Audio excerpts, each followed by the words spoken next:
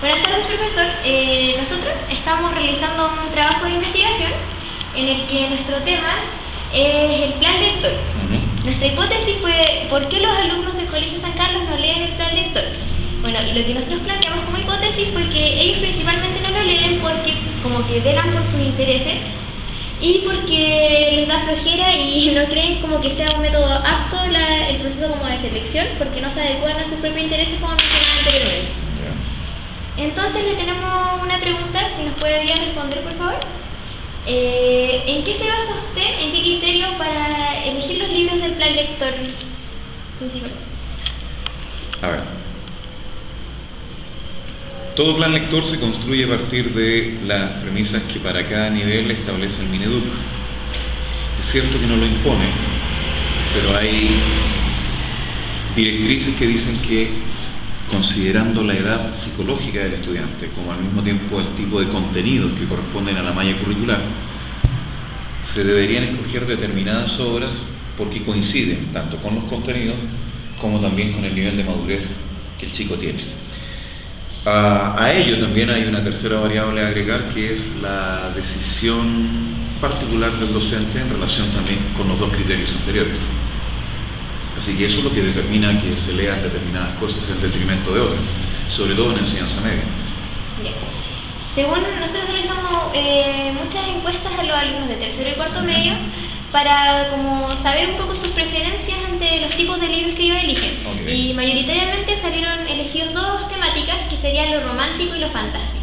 ¿Usted cree que con el plan lector que les dieron este año a los alumnos de tercero y cuarto medio respectivamente se adecuan a sus intereses personales? Si nos atenemos a la respuesta dada para la primera pregunta, es evidente que no. Es evidente que no, por la sencilla razón de que no es tan evidente que no. Primero que todo, lo que sí es importante que tengan claro es qué es lo que entienden ellos por lo romántico y lo fantástico.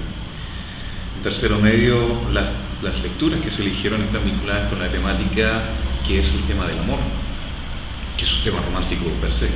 Luego, decir que no hubo lecturas que abordasen lo romántico, ya hay un punto.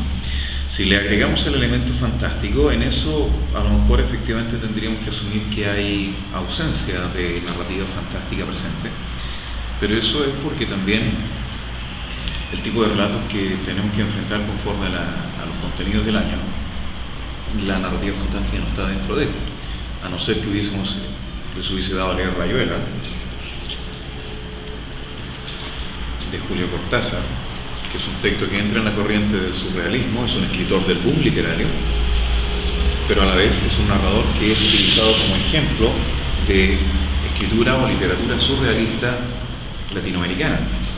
Y el surrealismo está vinculado con el tema de lo fantástico, porque eso es lo importante de tener en cuenta, qué es lo que entendemos por fantástico. Y la narrativa fantástica, o el mundo de lo fantástico, es tan amplio que te reúne desde el más antiguo relato mítico hasta el más moderno relato de terror, ya sea de Stephen King, pasando por Lovecraft, que son dos de los grandes narradores contemporáneos. Bueno, Lovecraft desde el principio del siglo XX, pero de relato de tipo fantástico. Menciono a grandes, porque también están escritores de dudosa calidad, pero que dan pie como para fusionar, entiéndase, cierta escritora de cierta saga con hombres lobo y vampiros pedófilos. Ya bueno, nosotros como obtenimos como un resultado general, nuestra hipótesis no se comprobó, porque los alumnos leen el plan lector, pero lo leen solamente por un tema académico, solamente por obligación. No porque les guste ni porque como que les apasiona el tema de la lectura.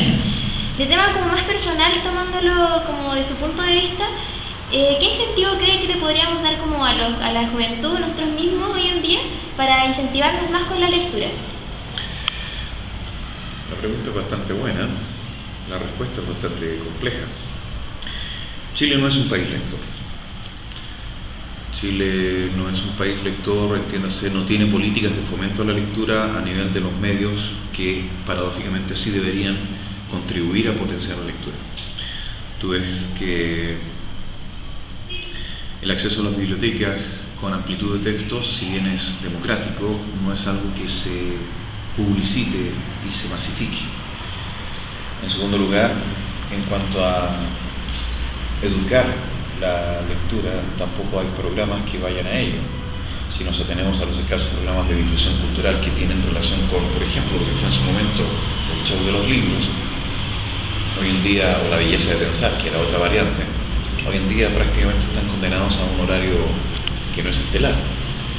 Cuando tú tienes una política de Estado que en el fondo no aborda el fomento a la lectura, no hablemos del IVA, que es otro atentado contra la lectura, pero también eso es relativo, es cuestionable.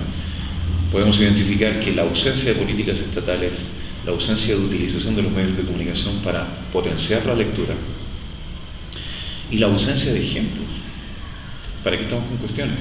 Sería genial que los profesores tuviesen una carga horaria que les permitiese, por ejemplo, armar talleres relacionados con esto o relacionados con otras disciplinas que tienen que ver con el ámbito de las letras.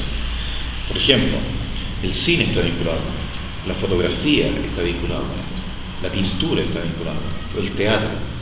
Pero el tiempo con que se castiga a los docentes dentro del aula los deja prácticamente estrangulados, se los obliga a castigar su vida familiar para hacer las tareas administrativas y comillas domésticas de un colegio.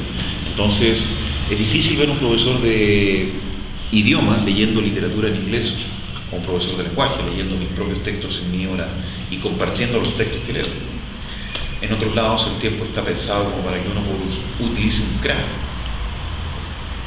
juntarse con los estudiantes y a comentar libros, hablar acerca de ellos. Entonces, si eso ocurre a nivel institucional, a nivel de colegio,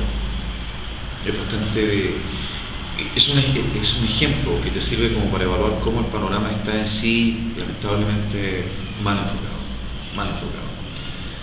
¿Cuántas bibliotecas familiares existen hoy? Pregúntense ustedes mismos que van a realizar alguna vez esta entrevista. ¿De qué tamaño es tu civiteca, dividiteca en relación con tu biblioteca?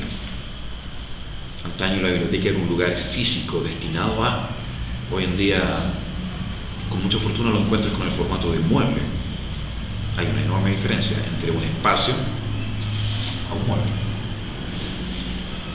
No sé si eso es suficiente para abordar tu pregunta, pero lamentablemente no te tengo una respuesta feliz.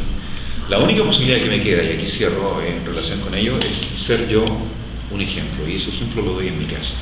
Me lo doy a mí y obviamente que se lo doy a mis alumnos. Cada cierto tiempo voy a explorar lo que hay de nuevo en el CRA y dependiendo del tiempo que me quede y de las posibilidades de implementarlo, lo adaptamos. Este año también se dio una coyuntura completamente distinta, pero que es completamente no funcional a la hora de sumarla a tu respuesta. De resto.